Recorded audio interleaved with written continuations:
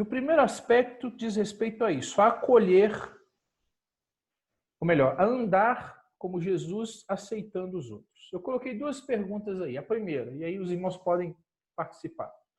Você é satisfeito com o que você é em termos de personalidade, de ação, de modo de vida, de escolhas? Essa pergunta é muito pessoal. Cada um pode ter uma resposta e não tem resposta certa e resposta errada. Então não fique com medo de participar do que você acha, tá certo? Não tem resposta certa aqui nesse momento. A pergunta é, você está satisfeito com aquilo que você é hoje, como personalidade, as suas ações, o seu modo de vida, as escolhas que você faz, te deixam satisfeito hoje com a pessoa que você é? Deus. Sim.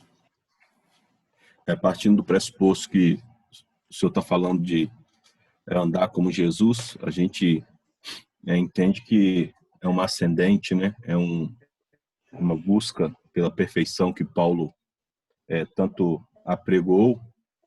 Eu confesso para o senhor que eu não sou plenamente satisfeito, não, sabe? Em nenhuma dessas questões que o senhor colocou aí, não. Uhum. Eu acho que se tivesse gente igual eu, o mundo estava perdido. Né? Nem tanto, nem tanto. Não, é assim, a gente tem uns rompantes que é por Deus mesmo, que a gente não é tão mal. Verdade. Mais alguém, gente? Pode falar. Como eu disse, não tem resposta certa, então não fico com medo de falar. Como o pastor falou isso, né? A avaliação ela é muito individual, muito pessoal. E às vezes quando leva para o conjunto, para o grupo, a gente fica meio receoso. Mas na verdade o resultado da nossa vida, hoje, o que a gente vive, é consequência de que nós vivemos até hoje, o que nós temos, o que nós somos. Isso vem do que nós aprendemos, do que nos foi ensinado, do exemplo de vida que tivemos, do temor, do amor a Deus. E a gente vive tentando botar isso em prática. Às vezes os resultados são positivos e poderiam ser melhores, e às vezes não. Mas é muito individual e a gente tem que viver dessa forma, sempre buscando o melhor, em espelho a Cristo. É lógico que não vai conseguir nunca, talvez. Sim. Mas é viver dessa forma. A questão é que o parâmetro ele é muito alto, né? Exatamente. Jesus é o parâmetro, ele é muito alto. Mas isso não pode nos desanimar de tentar nos aproximarmos cada vez mais desse parâmetro. E sendo tudo que vocês falaram, como eu disse, contribui, porque não há resposta correta nisso aqui, então não posso falar, não, você está errado. Porque a minha convicção é que hoje eu sou melhor do que eu já fui há 20 anos atrás.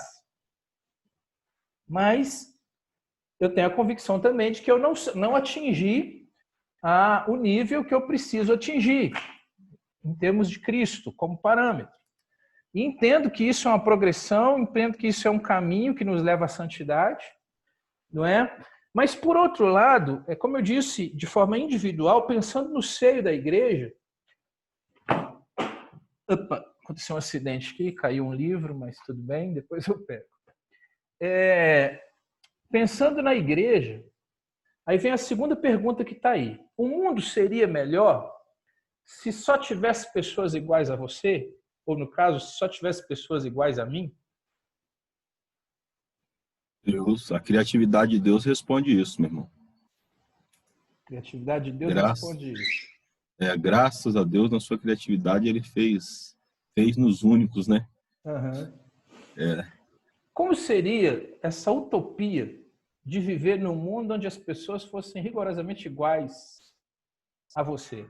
Tivessem os mesmos gostos, agissem da mesma forma, como a Bita disse aí, que ela tem uns rompantes. Já pensou, Bita, se você tivesse cercado de pessoas que também tivessem esses mesmos rompantes e vocês tivessem rompantes ao mesmo tempo? Como a Flávia não ia dar certo. A Flávia disse lá atrás, né? 2 views seria muito mal para nós. Terceira Guerra Mundial. Terceira Guerra Mundial. Se o mundo tivesse cheio de pessoas humildes como eu, certamente. Brincadeira. Tinha que ter. Brincadeira. Mas como disse o pastor, Deus criou o ser humano em diversidade. Então ele deu características diferentes para nós, personalidades diferentes, temperamentos diferentes, para que nós exercêssemos aquilo que a Bíblia diz de vivermos em corpo, né? Isso é extremamente benéfico. Então, um mundo com pessoas iguais a nós certamente seria um negócio complicadíssimo. Pessoas que tivessem os mesmos defeitos, né? Pessoas que tivessem as mesmas qualidades, que não tivessem nada de novo. Então, eu não sou tão criativo assim, já pensou um mundo sem criatividade? Ou eu sou um pouco calmo, às vezes em excesso, e a minha personalidade é essa, mesmo em momentos de extrema irritação, eu não consigo me irritar tanto assim, eu procuro me manter calmo. Já pensou se todos fossem assim, né? Alguém precisa, em algum momento, ter esse rompante que a Bíblia tem, porque é necessário. Mas, por outro lado, se todos tivessem, né? Quando começasse uma briga, dificilmente ela ia acabar, ia resultar na guerra, como o pastor falou aí. E, principalmente, pensando no nosso meio, que é a igreja, né? Nós temos que estar preocupados, porque ela é formada de pessoas com diversidades, de personalidade, de formação, de experiência de vida, não é? Daquilo que ela viveu e que forma a sua personalidade hoje, e pessoas que também estão num estágio de fé diferentes, não é? Então, nós temos pessoas que estão na igreja há muito tempo, que já têm uma vivência, e eu não estou falando aqui de idade, estou falando de experiência de convertido mesmo, né? Que estão na igreja já vivendo isso há muito tempo, e tem pessoas que, mesmo sendo maduras ao mundo, mas em termos de fé, são pessoas que a Bíblia chama de que precisam do leite, né? Do leite espiritual. E nós precisamos entender todo esse contexto e procurar acolher e aceitar essas pessoas a partir do modelo que nós temos, que é o próprio Cristo. Não é? Então, vamos olhar para Cristo e ver como ele reúne o seu grupo de discípulos. E esses 12, eu estou falando aqui dos 12 apóstolos especificamente, a Bíblia diz que em outros textos que tinha muitos outros discípulos que o seguiam, mas ele reúne esse colégio apostólico aí de 12 pessoas para prepará-los de uma forma mais íntima, com mais cuidado, para que eles pudessem cumprir a missão, né, de dar sequência ao seu ministério. E ele vai ter ali nesses 12, um grupo pequeno, pessoas com personalidades diferentes, que dão ideia dessa diversidade com que ele mesmo escolheu trabalhar. Personalidades distintas, ocupações diversas. Então, nós tínhamos ali pescadores mais rústicos, como Pedro, como Tiago, como João, como André. Nós tínhamos ali coletores de impostos, que aos olhos da própria sociedade eram mal vistos, porque eles eram associados com o império dominante ali, que era o Império Romano. Nós vamos ver Simão o Zelote, que era assim chamado por ter um envolvimento político, né? Os zelotes eram uma espécie de grupo, sei lá se a gente podia chamar de partido político, que odiava Roma e que procurava, de alguma forma ou de outras, meios para sair desse domínio romano. Então, Jesus buscou também esse homem para fazer parte desse grupo. Da mesma forma, nós temos na igreja essa diversidade, não é? Então, as pessoas de diferentes formações, como eu disse, de cultura, de idade, estado civil diferente, né? de origem diferente, de raça diferente. Claro que quando eu digo raça, os irmãos me entendam, porque eu entendo que todos nós somos raça humana, né? Mas eu quero dizer, às vezes, de país diferente, cultura diferente, né? A própria questão da cor mesmo, isso não importa no seio da igreja. Nós todos somos feitos à imagem de Cristo, a imagem de Deus, e por isso que a questão do racismo ela é hedionda em todo o tempo e não deve nem sequer haver sombra disso no meio da igreja. Mas, partindo desse princípio, feita essa exposição, quais seriam o que Cristo, como modelo, para que nós pudéssemos, então, aceitar as pessoas, né? Jesus como a motivação para aceitar os outros. Nós temos aí no verso 1 e no verso 3 do texto que a gente leu. Repetindo, nós somos fortes, devemos suportar debilidades dos fracos. não agradar-nos a nós mesmos. Portanto, cada um de nós agrade ao próximo no que é bom para edificação, porque também Cristo não se agradou a si mesmo. Antes, como está escrito, as injúrias do que o te ultrajavam caíram sobre mim. Cristo como motivação para aceitar os outros. Então, ele está aí dizendo que Paulo, né, nós fortes devemos aceitar as debilidades dos fracos. E ele está dizendo aqui, irmão, esse texto é um contexto onde ele vai falar de algumas práticas de alimentação na igreja de Roma, que alguns diziam, olha, isso pode comer, o outro não, só pode comer isso, o outro achava que não podia fazer isso, o outro achava que já podia. Então, Paulo está dizendo o seguinte aqui, quem faz isso, quem come dessa forma, coma, quem come isso, coma, não tente achar o outro mais fraco. Basicamente é isso, e ele está dizendo aqui é isso. Os que são fortes suportam a debilidade dos fracos, né? Não busquem agradar a si mesmos. Nós vamos ver isso tudo na pessoa de Jesus, que deixou a sua glória, portanto se fez homem, como nós dissemos, conheceu as fragilidades, e ele não buscou agradar a si mesmo, pelo contrário, ele veio para cumprir uma missão que era dedicada ao próximo, ou seja, aqueles que estão destinados à salvação pelo sacrifício na cruz, não é? Então, o que fica para nós é exatamente essa questão, né? A motivação para aceitar os outros vem do próprio Cristo. E sendo filho de Deus, buscou todo tipo de pessoas. Judeus, gentios, escravos, livres, homens, mulheres, ricos, pobres, jovens, idosos, membros do sinério, membros lá do povo comum, do povão, pessoas com vida moral questionável, pessoas com vida reta naquele tempo. Então perceba a diversidade das pessoas que Jesus buscou e aceitou e se envolveu, deixando de lado a sua força, que era superior aos outros, mesmo em figura humana, mas para se preocupar com a debilidade daqueles que eram fracos. E nesse contexto, na verdade, todos nós estamos inseridos nessa dependência. Nós precisamos que ele se importe conosco e nos aceite. Mas muitas vezes nós somos tentados a olhar para os irmãos do alto da nossa posição, seja ela qual for. O ser humano tem isso intrínseco nele, né? Tem gente que brinca que se alguém subir numa tampinha de garrafa, ela já vira palanque, né? Porque ele já se coloca acima dos outros. Então, o que Cristo nos passa é isso. É que se nós somos fortes, e Paulo fala isso aos romanos, nós precisamos nos preocupar com a debilidade dos fracos. Debilidade aí no sentido de que, como eu disse, muitas vezes nós recebemos irmãos na igreja que chegam agora e não chegam, obviamente, com o conhecimento que nós temos das Escrituras, chegam com dúvidas que nós já tivemos, que nós não tivemos paciência, e nós vamos achar, nossa, que pergunta boba, né? Que dúvida sem sentido. Mas, na verdade, nós precisamos acolher a todos, tratá-los como irmãos e compreendermos e aceitarmos essas pessoas tal qual Cristo aceitou. Então, ou seja, o ministério de Cristo ele não era limitado a um grupo. Ele envolveu a todos, ele falou com todos, ele aceitou a todos. Então, nós vamos ver, como eu disse, membros do Sinério lá, né? Nicodemos, não é? José de Arimateia. Eram pessoas de grau, de posição, que tiveram envolvimento, que foram transformados por Cristo. E nós vamos ver os pescadores rústicos lá, que jogavam as suas redes, que foram alcançados por ele também. Nós vamos ver pessoas com moral de vida questionável. Talvez Maria Madalena seja o maior exemplo, né? Que alguns dizem que ela era prostituta. E vamos ver pessoas que tinham uma conduta reta, né? Nós vamos ver que ele tratava com mulheres. E naquela época isso era uma diferença, porque as mulheres não tinham tanta importância.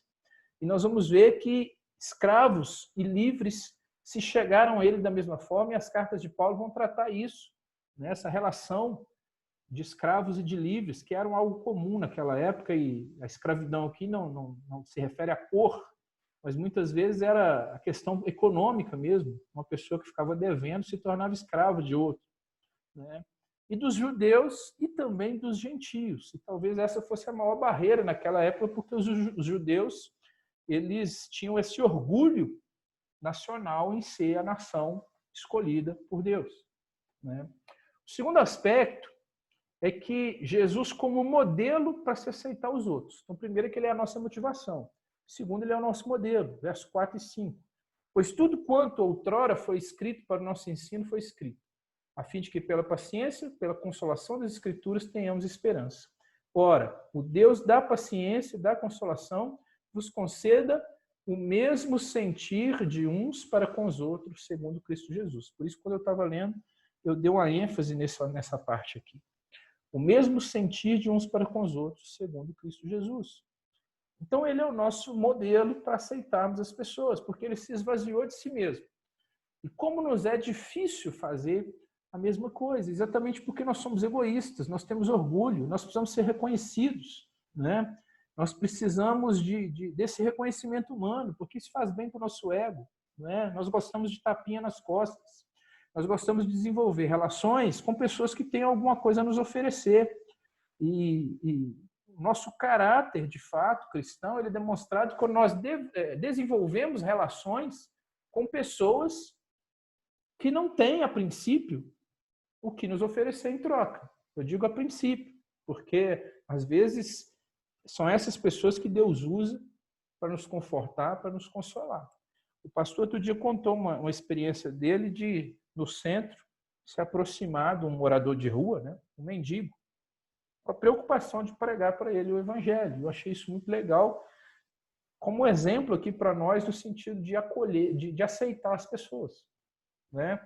Nós pregamos, que devemos pregar o evangelho, mas às vezes a gente olha com preconceito. Bom, eu não preciso pregar para aquele homem, ele está na rua ali, é um mendigo. A preocupação que ele vai ter agora de Jesus, ele deve estar procurando comida e etc. e tal.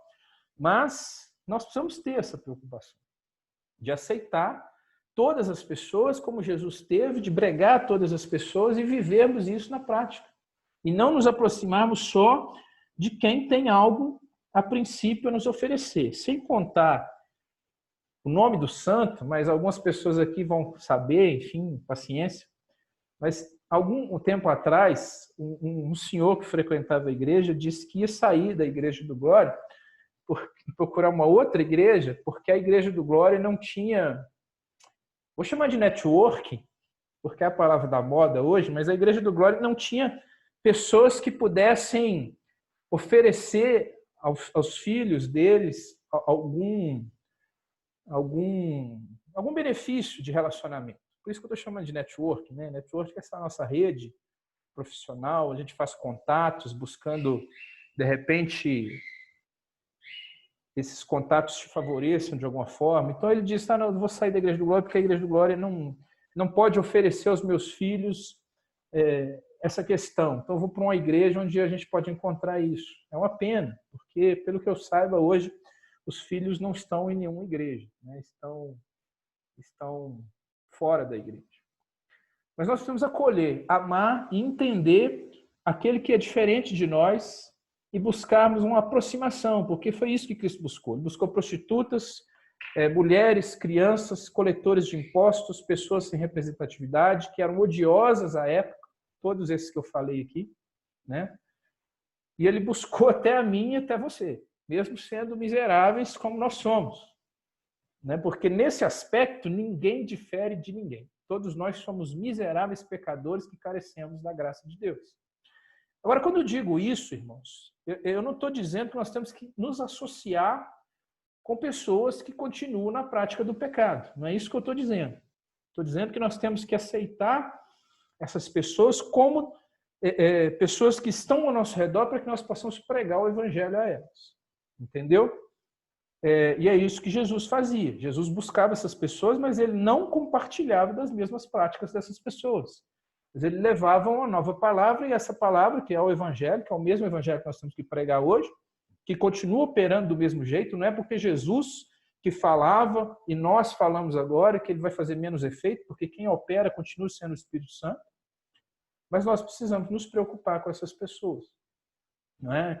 Quem sabe, ainda é um sonho nosso que a Igreja do Glória levante algum projeto social onde ela possa pregar o evangelho em primeiro lugar, associado a outras coisas no aspecto social.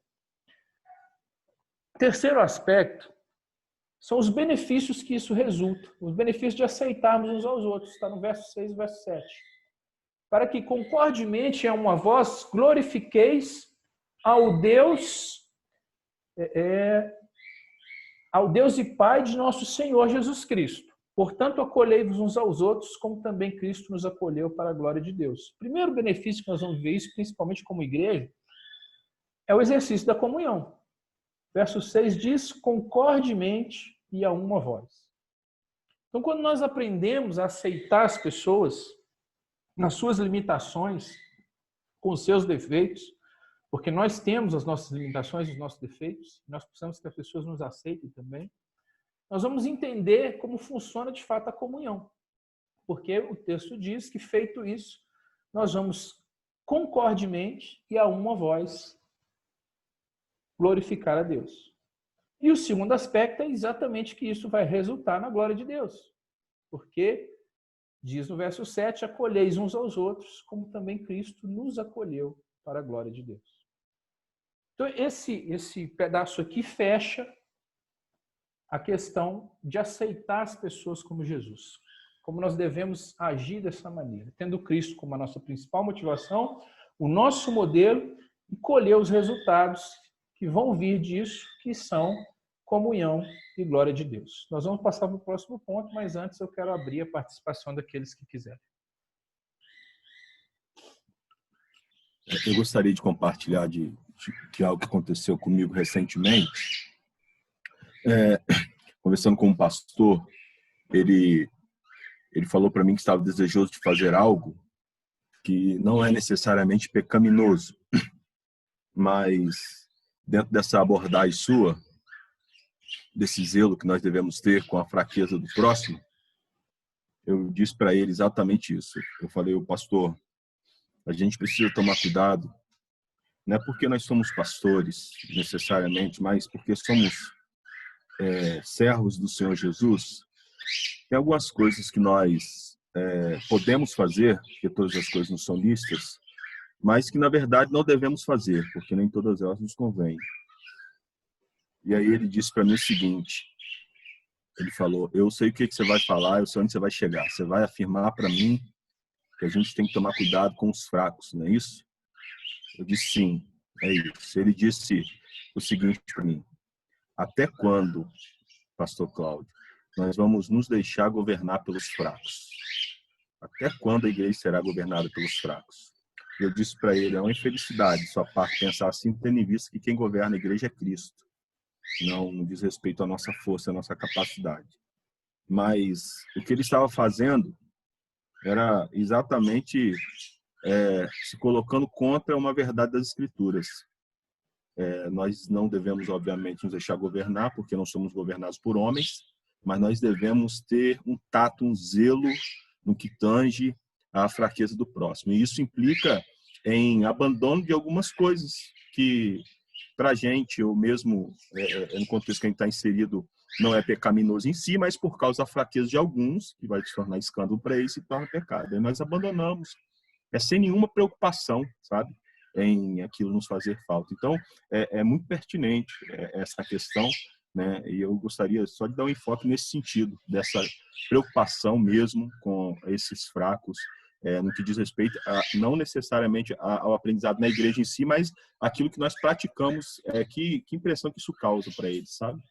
Uhum. Isso aí, obrigado. Está envolvido nessa questão, né? E se por um lado, como o senhor disse, a igreja não pode ser governada pelos fracos, ela também não pode ser governada pelos fortes, porque o governo da igreja de fato é isso, é Cristo. Nós precisamos ser submissos à palavra. E estar submisso à palavra nos dá a sensibilidade de compreender essas coisas, né? De compreender todos esses aspectos. Mais alguém, queridos? Nós falamos de aceitação, de como nós devemos lidar com as pessoas sem distinção, de como nós devemos nos aproximar de todos, como nós devemos falar de Jesus para todos, como nós devemos acolher a todos na igreja, como nós não devemos nos considerarmos superiores, seja qual for a nossa posição, né? Todos podemos aprender com quem quiser, ou melhor, com quem Deus nos colocar. Eu não me esqueço de um exemplo de Ronaldo Lidório, que ele fala que, pelo que eu lembro, mas o contexto da história é esse. Ele disse que ele ouviu falar que tinha uma tribo lá na região do Amazonas que nunca tinha ouvido de Cristo, como outras ainda têm. E ele se dispôs a ir e a pregar lá, porque ele é um missionário que é conhecido na igreja presbiteriana por esse aspecto, né? Já esteve muito tempo na África, já trabalha, acho que ele ainda está trabalhando lá na região. E ele se dispôs a ir, e quando ele chega nessa tribo, ele já vê ali os índios se preparando para uma espécie de culto, organizando ali. E quando ele pergunta o que estava acontecendo, né, eles explicam para ele, já não se surpreendem com a chegada dele, que ia ter um culto, e salvo engano o nome do irmão era José. E ele pergunta quem que ia dar o culto, e eles falam que era o José. E onde está esse José? José está lá, e mostrou uma casinha na beira do rio. E o Ronaldo foi lá e chegou lá, achou uma figura simples de um homem do nordestino, simples, sem instrução clássica aqui, né, das escolas, sem nenhuma instrução, sem nenhuma formação. E ele começa a conversar com esse José, e o José diz para ele que estava lá na igreja dele, que alguém pregou que aquela tribo tinha que ser evangelizada, porque nunca havia sido evangelizado, e que Deus colocou no coração dele que ele tinha para lá, que ir para lá. E mesmo sem instrução, mesmo sem formação acadêmica, ele pega a família dele e vai para aquela tribo e prega o evangelho. E quando o Ronaldo Lidório, o grande missionário, chega ali, já tem aquele homem ali, e ele diz exatamente que aquele homem trouxe lições preciosíssimas para a vida dele. Então, a igreja de Cristo, ela é governada por Cristo, é Deus que move as pessoas para agir conforme Ele quer, e esse aspecto de formação acadêmica é importante, eu não estou desvalorizando, nós precisamos, mas isso não é o fator principal para que nós possamos estabelecer uma hierarquia no que se refere à igreja, porque é Cristo, é Deus que rege e usa quem Ele quiser, e qualquer pessoa que Ele quiser pode trazer lições preciosíssimas para nossas vidas. Eu acho que hoje só vai dar tempo de abordar 2 aspectos. Então, nós vamos para o segundo, que é compadecendo-se como Jesus. E aí eu vou trazer exemplos do que é Jesus se compadecendo e como nós devemos nos compadecer.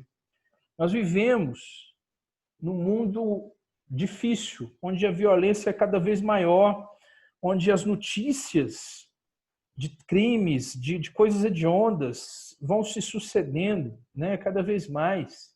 Basta você assistir esses jornais da tarde aí, sensacionalistas, né, que você vai ver isso. E aí, essas tragédias vão acontecendo. Só para citar um caso aqui, né, aquele casal de lésbicas que acho que no ano passado pegou o filho de uma delas e matou e depois retalhou essa criança e queimou. Então você fica surpreendido com isso e aí você acha, poxa, acho que agora nada mais me surpreende. E de repente você é surpreendido com algo mais terrível, com algo mais hediondo. Isso às vezes corre o risco de nos deixando mais duros, mais insensíveis, né? Eu mesmo costumo dizer que as coisas que aconteceram na minha vida me criaram uma casca. E eu fiquei um pouco mais duro em relação a algumas coisas. Mas Cristo nos deixa exemplos de compaixão e nós precisamos evitar que essa dureza que vai provocando em nosso viver essas coisas nos torne insensíveis às necessidades daqueles que estão ao nosso redor e nos torne egoístas a ponto de achar que o mundo está totalmente depravado, e está mesmo, mas que nós então temos que viver numa bolha e no máximo essa bolha se estende à igreja, né? Então nós precisamos olhar com os olhos de Cristo e ter a compaixão que ele demonstrava para aqueles que estavam ao seu redor. O primeiro exemplo está em Mateus 20, 30, 34. Vai dizer assim: eis que 2 cegos, assentados à beira do caminho, tendo ouvido que Jesus passava, clamaram: Senhor, filho de Davi, tem compaixão de nós. Mas a multidão os repreendia, para que se calassem.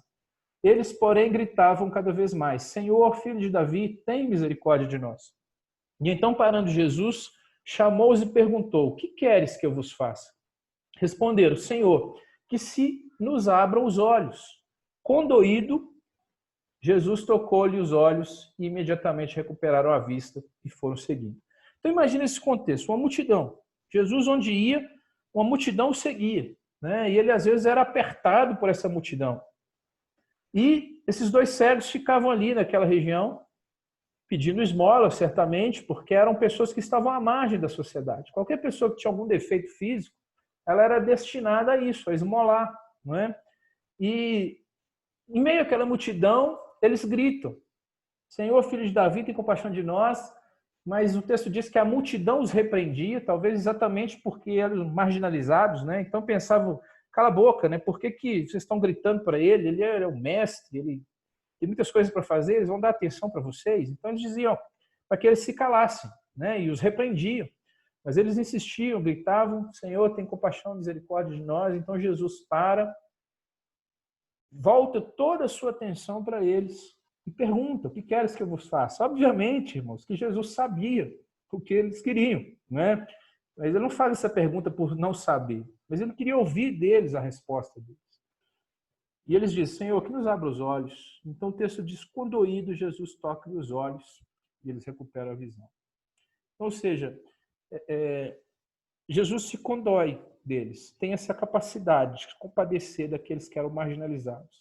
O segundo exemplo está em Lucas 7, 12 e 14. Diz assim, como se aproximasse da porta da cidade, eis que saía o enterro do filho único de uma viúva. Grande multidão da cidade ia com ela. Vendo-a, o Senhor se compadeceu dela e lhe disse, não chores. Chegando, se tocou a esquife e parando os que o conduziam, disse, jovem, eu te mando, levante. Então, ou seja, mais uma vez aqui, Jesus ia para um outro lugar, para um outro caminho, e ele se aproximava da cidade, e aí sai um enterro, um cortejo fúnebre. E ali tinha uma mãe que perdia o seu filho, e ao que parece o texto diz, ao que parece, não, com certeza o texto diz que era viúva. E Jesus, mais uma vez, o evangelista usa a expressão, Jesus se compadeceu dela. Ele disse, não chores. Então, primeiro, ele tem uma preocupação em confortá-la, né? E depois ele toca a esquife e a palavra diz que ele ressuscita esse menino e o filho dela está recuperado a ela. Então, a pergunta é assim, a pergunta não, a constatação, né? Como faz diferença na vida de alguém quando recebe um conforto de alguém que se compadece? Como para nós é reconfortante quando a gente recebe o conforto de alguém que olha para nós e se compadece de nós, que percebe em nós um socorro, um pedido de socorro. Seja qual for o motivo, esse texto aqui fala do luto, e muitas vezes esse é a pior dor para nós, né? A dor de ver alguém querido partir. Todos nós aqui, eu creio, pela vivência, já experimentou, ainda que seja alguém, um relacionamento de parente mais distante, mas outros mais próximos. Então, eu me lembro, assim, muito especificamente da minha avó e do meu pai. E como é doído isso. E como é bom que a gente tenha pessoas que olhem para a gente, que se preocupem e nos dão um conforto. Mas não só nesses momentos. Nós temos a necessidade disso em muitos momentos, porque às vezes nós estamos passando por uma aflição. E é onde eu falo que nós não podemos ser duros e insensíveis a ponto de não se compadecer do que os outros sentem. Porque Jesus demonstrava isso. Qual que era o ministério de Jesus? Pregar o Evangelho. O Evangelho, eu insisto nisso, ele basicamente é arrependimento de pecados. Arrepender-vos que está próximo do reino dos céus foram as primeiras palavras de Jesus no início do seu ministério. Eram as palavras de João pré-antecedendo esse ministério de Jesus.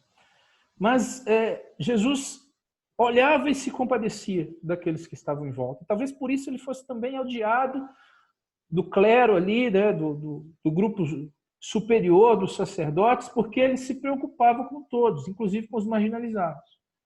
Eu insisto que para quem recebe um conforto é extremamente importante. E nós, como cristãos, devemos exercitar isso. Terceiro aspecto, terceiro exemplo, meu exemplo, Mateus 9, de 11 a 13. Ora, vendo isso, os fariseus perguntavam aos discípulos, por que come o vosso mestre com os publicanos e pecadores? Jesus, ouvindo, disse, os sãos não precisam de médico, e sim os doentes. E de porém aprendei o que significa misericórdia quero, não holocaustos, pois não vim chamar justos, e sim pecadores ao arrependimento. Onde está a compaixão de Jesus aqui nesse texto? Quem quer me dizer?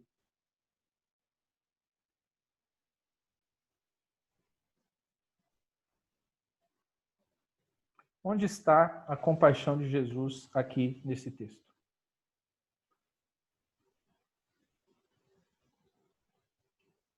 Vendo os fariseus, perguntaram aos discípulos, por que come o vosso mestre com os publicanos e pecadores? Jesus, ouvindo, disse, os sãos não precisam de médico, e sim os doentes. Ide, porém, aprendei o que significa misericórdia quero e não holocaustos, pois não vim chamar justos, e sim pecadores ao arrependimento.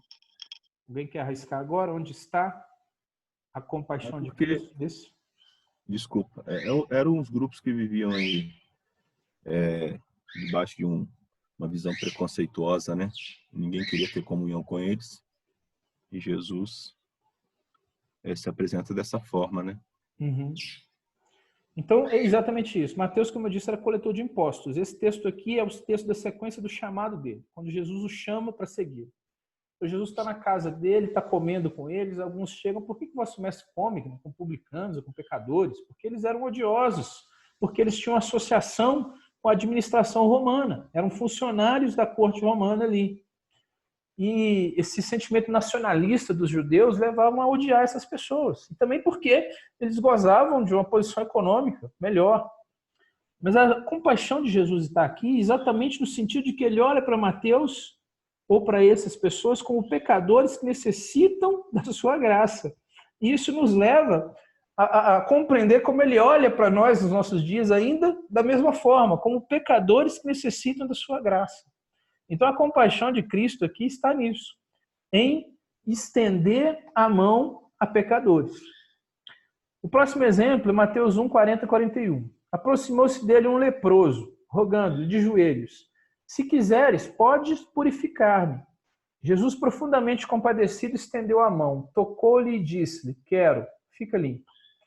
Exemplos dessa compaixão de Jesus, né? Como eu disse, de pessoas que viviam à margem, desprezadas, e Jesus olhava por elas. Então os leprosos, eles ficavam fora da cidade muitas vezes, porque era uma doença que era praticamente uma condenação naquela época, né? Não tinha cura, não tinha, e era altamente contagiosa, sei lá, a compreensão que eles tinham disso, mas eram pessoas que eram consideradas impuras, elas tinham que viver fora, à margem, totalmente desprezadas, mas Jesus não tinha problema em chegar perto dessas pessoas, né? Digamos que a lepra foi o que a AIDS foi na década de 80, quando estourou por aí, né? E as pessoas eram totalmente marginalizadas, sofriam preconceito, porque achavam que isso era contagioso, que não podia nem conversar, que era uma expressão da vida promíscua delas, enfim. Era esse contexto na época lá dos leprosos, que eram pessoas marginalizadas, abandonados por todos, que viviam da mendigância, enfim. Mas Jesus chega perto daquele homem, vê a sua fé, porque de joelhos aqui ele se roga, né? E Jesus pergunta para ele se ele quer que ele seja purificado, e ele responde: se quiseres, né, pode purificar-me. Jesus responde: eu quero, fica limpo. E ele toca aquele homem. E isso é interessante, porque ele poderia, pelo seu poder, apenas dizer uma palavra: fica limpo, como ele fez várias vezes. Mas ele toca aquele homem e ele afirma: quero, fica limpo.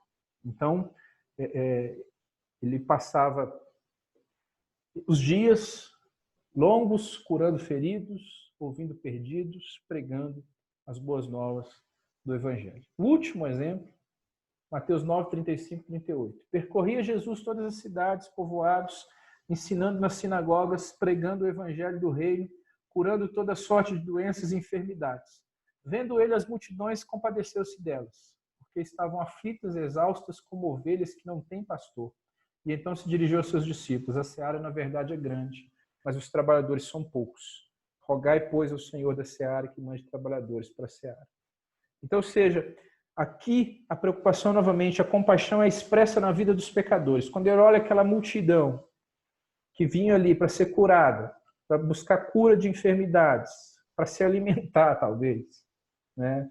Ele olha e ele se compadece delas, porque elas estavam aflitas, exaustas, como ovelhas que não têm pastor. E ele diz: eu sou o bom pastor que dá a vida pelas suas ovelhas. E nesse contexto ele se dirige aos seus discípulos e diz: a seara é grande, os trabalhadores são poucos. Rogai ao Senhor para que mande trabalhadores para essa seara. Isso expressa a sua preocupação com os pecadores, a sua compaixão pelos pecadores e o desejo de que a sua palavra seja pregada em todos os cantos dessa seara. Então esse último ato, digamos assim, de compaixão de Cristo foi na cruz do Calvário, ao morrer em nosso lugar. Ele olhou para cada um de nós com compaixão. Ele nos salvou e ele nos deu vida. Então, o que nós podemos perguntar a partir disso é como deve ser... Acabou que eu esqueci de mudar aqui, né? Ou não?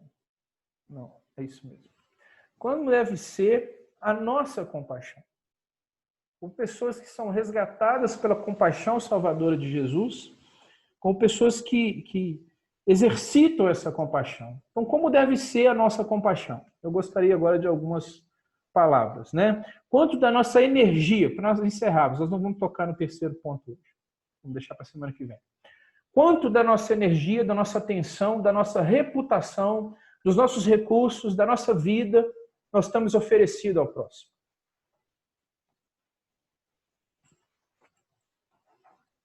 Eu falei que reputação, porque muitas vezes nós temos essa preocupação, né? De não sermos vistos ao lado de alguém. Mas Jesus foi visto ao lado de todas essas pessoas. Ele se relacionou com elas sem se envolver no que elas faziam. E é isso que nós precisamos fazer. Então, quanto, a partir dos exemplos de Cristo, da nossa energia, primeiro, como deve ser a nossa compaixão? E segundo, quanto da nossa energia, atenção, reputação, recursos, vida, nós temos oferecido ao próximo nessa compaixão? Essa é a reflexão que eu quero deixar para os irmãos hoje.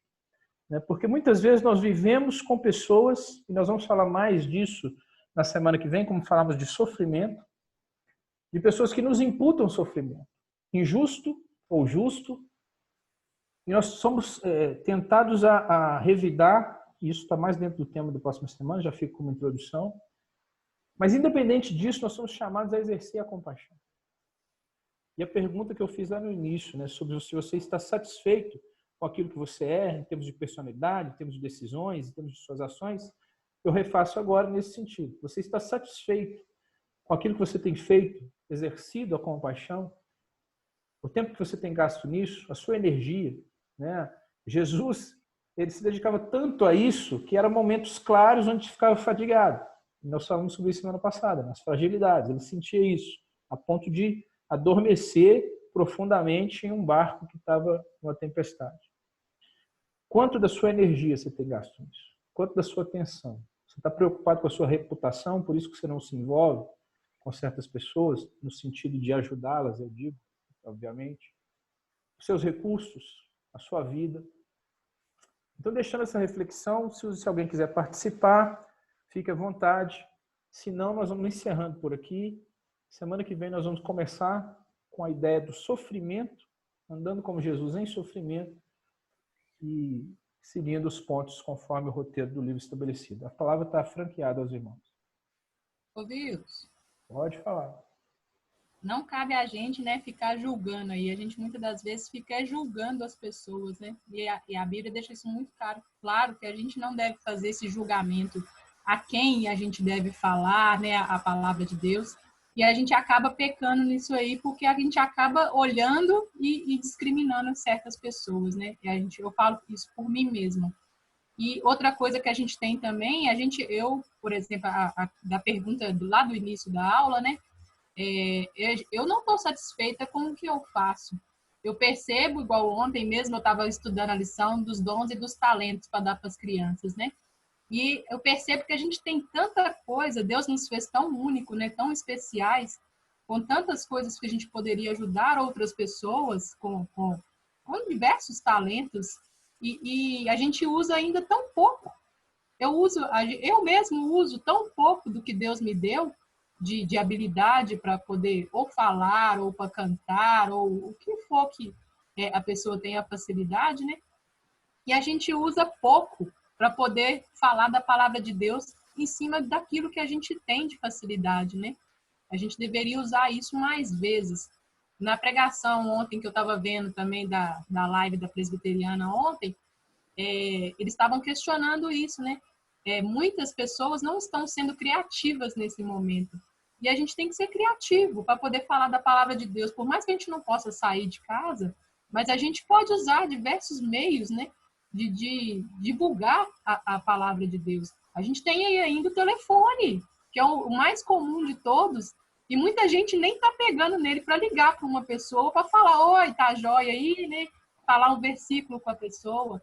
tem o WhatsApp, tem o Facebook, tem o Instagram, tem tantas formas, até mesmo as lives, né? A forma que a gente tem aí de falar da palavra de Deus para outras pessoas. Quem que parou para pensar, e igual a essas lives que a gente está tendo de manhã aqui, né? A gente poderia ter chamado uma pessoa, um visitante, para poder estar escutando a palavra de Deus, da casa dele, uma pessoa que você conhece. Só que você parou para poder ligar para essa pessoa e convidar? A gente faz muito pouco em cima do que Deus deixou para a gente, né? É importante esse aspecto, né? Porque a gente convida as pessoas para uma festa de aniversário, por exemplo, com muito atenção e carinho, né? Mas para ir à igreja, às vezes a gente só manda uma mensagem ou então só diz, aparece lá, né? A gente está se reunindo, aparece lá domingo, ou tem a live e tal. Muito bem. Teve um pastor ontem que até falou sobre essa questão, eu esqueci o nome dele, eu não sou boa com nomes, não. Mas tem um pastor que falou que a gente tem que parar com esse negócio que, para falar de Deus, a gente tem que pedir desculpa. Eu acho que eu vi essa, foi um pastor, eu também não lembro o nome dele não, mas eu acho que ele é meio calvo, né? Isso, ele falando que a gente tem que parar com esse negócio de pedir desculpa quando a gente vai convidar as pessoas para poder ouvir a palavra de Deus. Eu vi. Aliás, irmãos, quem não entrou pelo menos um pouquinho ontem, né, deixou de contribuir com um trabalho bacana que a IPB fez ontem. Segundo balanços, quase 400 mil pessoas foram, durante todo o dia, né, atingidas. E foi um trabalho muito bacana, muito bem feito, né, uma edição muito bem feita. Foi como se fosse um programa de TV mesmo, assim, muito bem produzido, intercalando músicas com as pregações, com a apresentação do pessoal, depoimentos sobre a PMT, sobre outras agências e autarquias que a igreja tem, que muitas vezes você nem sabe. E o trabalho que essas autarquias fazem. Então, é uma pena se você não participou nem um pouquinho. Obviamente que não exigir que você fique ligado lá das 10 às 11 da noite, foi a hora que acabou. Mas foi muito bom, eu gostei muito. Eu entrei um pouquinho de manhã e um pouquinho no fim da noite. Eu até não ouvi a mensagem do Hernandes, não, porque era a mesma que ele pregou na conferência da IP de Recife. Mas, fora isso, quem não ouviu devia ter ouvido, que a mensagem é boa, só que eu já tinha ouvido. Alguém mais, irmãos? Eu gostaria só de, primeiro, justificar o Hernandes, tá? Porque ele não faz isso em oculto, não. Ele falou que o sermão começa a ficar bom depois que ele prega a 10ª vez. Então, muita calma nessa hora. Mas, irmãos, realmente a questão que a Dani colocou aí se faz necessário. E, inclusive, depois da escola dominical aqui, a gente vai, depois que encerrar o estudo, dar os avisos, a gente vai precisar tentar um pouquinho mais para isso, né? Para essa segunda fase que a gente vai enfrentar aí dessa pandemia, tá? Mas depois do estudo. Deixa eu cooperar com o estudo. Quando o senhor fala da compaixão de Cristo, né? E compadecer-se colocar-se no lugar de ou sentir a dor de, né? Por isso que Cristo sempre tinha a solução, porque ele sentia isso, ele via ali, ele sentia a dor daquele que estava diante dele. Sim. Isso aqui é muito importante, por quê? Porque Tiago, ele vai falar que se nós não agirmos dessa maneira, nós estamos expressando uma fé inoperante, sabe? Uma fé sem obras. Tiago, no capítulo 2, versículo 16, diz assim, e qualquer dentre vós lhes disser, ide em paz, aquecei-vos e fartai-vos, sem contudo lhe dar o necessário para o corpo. Qual é o proveito disso? Está falando de alguém que está padecendo necessidade, a gente tem um conhecimento disso, e a gente simplesmente fala, vai em paz, vai com Deus, mas não procura suprir. Né? Alguém pode te falar, mas às vezes eu não tenho para suprir. Eu creio sinceramente que ninguém é tão miserável que não tenha algo para apresentar a alguém, ainda que seja a metade do que eu tenho. E eu tenho batido muito nessa tecla, por onde eu tenho passado, é que às vezes eu não tenho condição, mas eu sei quem tem, sabe? E aí a gente recorre a essas pessoas pela misericórdia. Mas é mais essa questão mesmo. A gente precisa entender um pouco a dor e a necessidade das pessoas que estão à nossa volta, sabe? A gente precisa. Sobretudo no que diz respeito à fé, né? Quando o pastor falou ontem a respeito de parar de pedir desculpa, é porque a gente pede desculpa quando a gente ofende alguém. E falar de Jesus para as pessoas não é uma ofensa, ainda que elas considerem, mas não é. Né? Então, por isso, não faz necessário. A gente quer levar a solução para a vida deles, né? É isso que eles precisam entender. Mas vamos olhar um pouquinho mais à nossa volta e vamos estar atento a essa questão aí. A gente vai ver que Deus nos chama para algo muito maior que nós, sabe? Verdade. O Evangelho, eu penso que é uma chamada para algo maior que nós. Verdade. Mas nunca maior que Deus. Deus sempre nos dá as condições, as ferramentas. Todas as vezes, irmãos, que nós tivemos um desafio, seja de qualquer ordem, pelo menos esses 4 anos que nós estamos aqui, esses quase 4 anos, Deus sempre nos orientou e nos deu condições de nós estarmos executando. E sempre vai ser assim na nossa vida. Aquilo que é para a glória dele, nós fizemos com zelo, buscando realmente o bem-estar do outro, sempre Deus vai nos auxiliar sempre. Então, pense um pouquinho mais em alguém que está à sua volta aí, dentro dessa perspectiva que o presbítero Wilson colocou de seguindo o exemplo de Cristo na compaixão. Uhum. E esse exemplo é clássico, né? Alguém que está precisando de coisa material, mas sejamos sensíveis à dor do outro também, que às vezes não é material. Tem gente que tem tudo que se possa ter e está sofrendo, está se doendo por dentro e está precisando de um conforto. Semana que vem nós vamos tratar do aspecto do sofrimento. E é aquela ideia de que é muito bom se relacionar com pessoas com quem nós nos damos bem. É maravilhoso poder estar com quem a gente se dá bem. Pessoas que têm coisas em comuns, né? Com quem a gente tem afinidades. A gente tem atritos com essas pessoas também, mas até para resolver é mais fácil. Agora, o aspecto de lidar com o sofrimento que nos é causado por pessoas que pisam no nosso pé, pessoas que estão pisando no nosso calo ali, que fazem questão de nos trazer aborrecimentos. Né? Como é que é isso? Como é que Jesus lidou com isso? Como é que nós podemos lidar com isso? Cenas do próximo capítulo. Vou orar então para a gente encerrar o estudo e aí passar os avisos.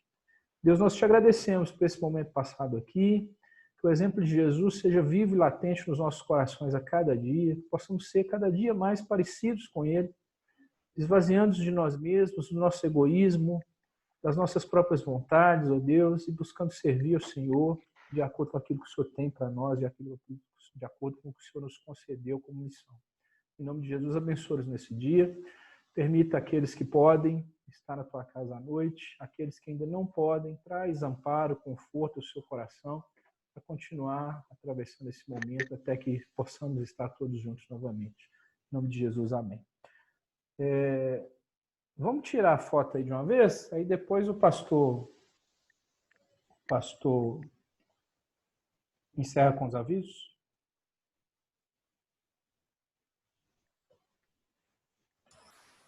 Acione as suas câmeras, dê um sorriso bonito para a foto. Tininha, não precisa caprichar muito não, tá, Tininha? Que não resolve não, tá? Oi, irmão, rancor. Naí, eu te vi na live ontem lá da Presbiteriana que você postou no chat. Eu vi a Tia Val. Eu postei lá também. Coloquei lá no Glória, BH, Minas. Eu entrei um tanto de vez lá também. Vamos lá então? Você eu não vi, não. Sorrisinho para nós aí. Oi. Obrigado, gente. Obrigado a todos. O pastor vai dar os últimos avisos aí. Muito obrigado mais uma vez. Sr. Vicente, Dani, o Alceu, Flaviane, Nélio, Adriana, Val, Viviane, abraço pessoal de Patinga, Sabia, Sidney, Rose, Lívia, Gustavinho, que está longe hoje, e Ana Selma. Vai, pastor. Obrigado, irmão. Obrigado pelo estudo, obrigado aos irmãos que têm participado, né, aqueles que participaram ontem lá da live. Deus seja louvado, né, por tudo que aconteceu, por tudo que foi dito aqui. Quando nós retomamos o trabalho parcialmente só aos domingos, nós retomamos na condição de que se houvesse aí alguma situação de agravamento, né, tendo em vista a leitura dos gráficos, as notícias, nós poderíamos, sem hesitação, voltarmos à estaca zero no que diz respeito aos cultos presenciais. E não sei se os irmãos perceberam, né, a situação ela vai caminhando aí, né, se não for pela misericórdia de Deus, para algo mais crítico, né, mais sério, vamos dizer assim. Então, reunido com os irmãos do conselho, nós achamos por bem suspender, tá? Novamente as atividades por um período que a gente desconhece ainda. E só que tem um problema sério com relação a tudo isso que nós estamos enfrentando. Eu não sou muito de meios eletrônicos, os irmãos perceberam, obviamente. E com isso, eu deixo a desejar na assistência dos irmãos. Inclusive, oro a Deus todos os dias pela vida do Wilson e pela vida do Luiz, né? O Wilson tem demonstrado aí uma disposição, uma capacidade de nos abençoar por meio, né, das lives aí, e o nosso irmão Luiz nos meios eletrônicos, naquilo que ele pode, né?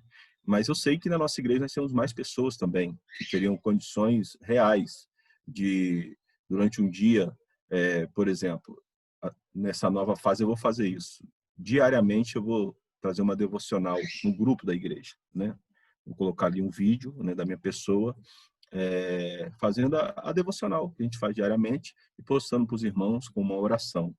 Mas eu gostaria, dentro da possibilidade, você sendo solicitado, que você estivesse também trazendo essa devocional, sabe como?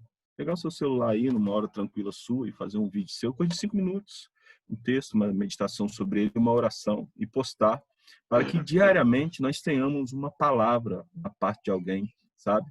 Então, eu gostaria de contar com os irmãos, até em orientação, o que pode ser feito para aprimorar essa área, para a gente não deixar os irmãos sem um alimento diário, sabe? Então, a gente vai ter que suspender, né? Lógico que não é o que nós gostaríamos, mas entendemos que é o que nós temos que fazer, uma questão de zelo, né? E a gente faz isso com pesar no nosso coração, mas é o que tem que ser feito, e conta com a compreensão de toda a igreja, o conselho conta com a compreensão de toda a igreja, e fiquem atentos aí, né, à questão do grupo da igreja, e também a gente vai estar usando o telefone mesmo para ligar para os irmãos, sobretudo aqueles que têm estado mais sozinhos, né? A gente tem pessoas na nossa igreja que ficam muito tempo sozinhos, os filhos trabalham, outros não tem ninguém em casa para estar orando com elas também, né? E estando mais de perto nessa segunda fase, tendo em vista que a gente aprendeu com os erros aí da primeira fase, tá? Mas estejam me auxiliando nesse sentido, vocês têm toda a liberdade de me cobrar, né? Eu estou colocando que é uma deficiência, eu nunca fui dado, os irmãos sabem, nesse pouco tempo, não sei se vocês perceberam, de ficar ligando, de ficar em Facebook, internet, mas eu tenho que me adaptar e tenho que melhorar, mas eu preciso de vocês nesse sentido, tá bom? Agradeço muito a compreensão de vocês e o carinho.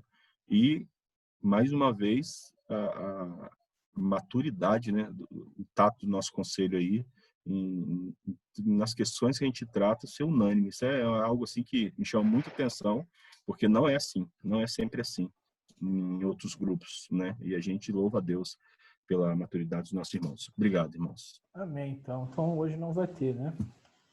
Isso. E aí eu vou postar no grupo da igreja, né? Foi nos orientado até que hoje ainda não tivéssemos, já que a situação chegou a esse ponto, né? E aí a gente vai passando para os irmãos. Teremos aqui hoje à noite, então, como a gente estava fazendo?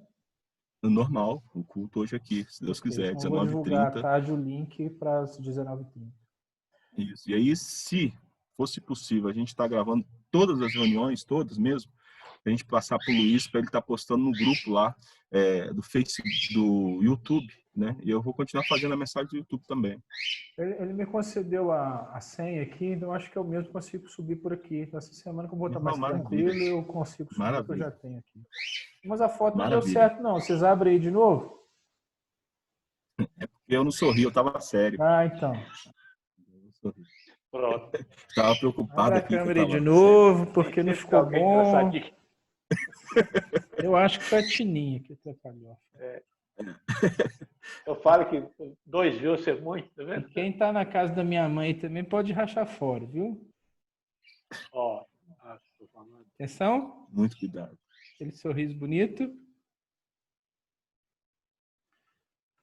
Vamos ver. Isso, agora sim.